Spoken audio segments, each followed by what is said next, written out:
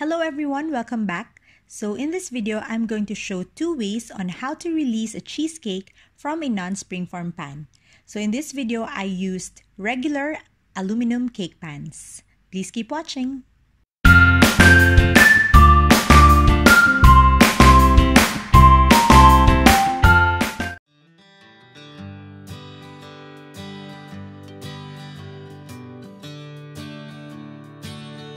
So the first method that I'm going to show you is the safer method, and this is what I usually do with my cheesecakes, especially when I make it for other people, or cheesecake for other people. That's what my daughter usually calls it. So what I do is I take the cheesecake out of the fridge and I leave it outside for at least 2 hours just to melt the butter a little, and so it becomes easier for the cheesecake, especially the crust, to be released from the pan. And so after 2 hours, I run a knife around the sides of the cheesecake, again to release it from the pan, just like so. And I usually do it several times just to make sure that everything is released.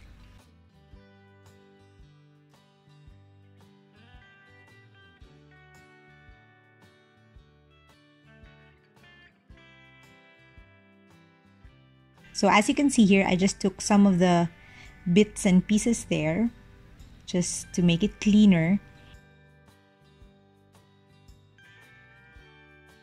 and then I take a cake board, a bigger cake board than the pan, and as you can see here, I wrapped it with cling wrap so that I can use it over and over again, and then slowly and carefully I turned it upside down, and you'll usually hear a sound, a distinct sound, meaning the cheesecake has fallen already, and that's what happened here.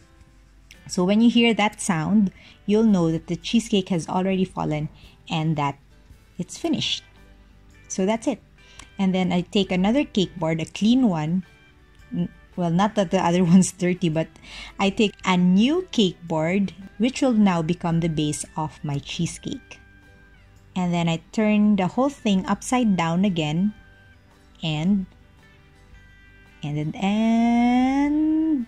voila, that's it. That's my cheesecake.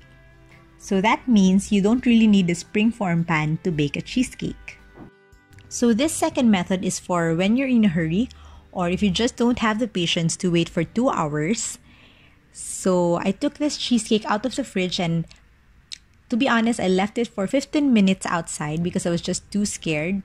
But I think this will still work with the cheesecake just straight out of the fridge. So again, I run a knife around the sides of the cheesecake, and as you can see here, it's a little bit, not a little bit, it's more difficult to run the knife around the sides of the cheesecake because it's straight from the fridge.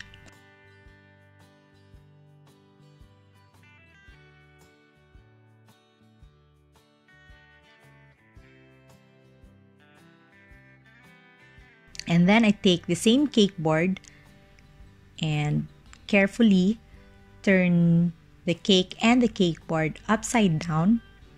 And funny, because in this video, I actually heard the sound, meaning the cheesecake has already fallen. But just to demonstrate, so if you don't hear that sound and your cheesecake does not fall, don't worry, just take a flat iron and apply heat over the pan. That means you're applying heat on the crust and melting the butter within the crust, therefore allowing the crust and the cheesecake to just slide off from the pan.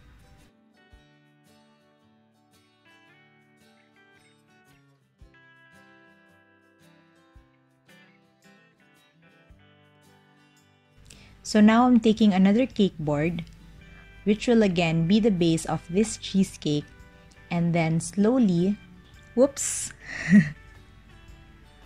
I used margarine in this cheesecake because I accidentally bought butter blend instead of pure butter, so I'm using that for the cheesecakes for us, not for other people.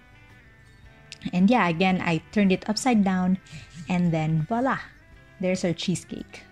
So now I'm just gonna clean the sides, and that's it.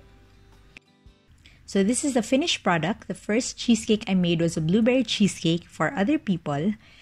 And for us, a half blueberry and half strawberry cheesecake. That's it. Thanks for watching. Don't forget to like, subscribe, and press that bell button. Bye!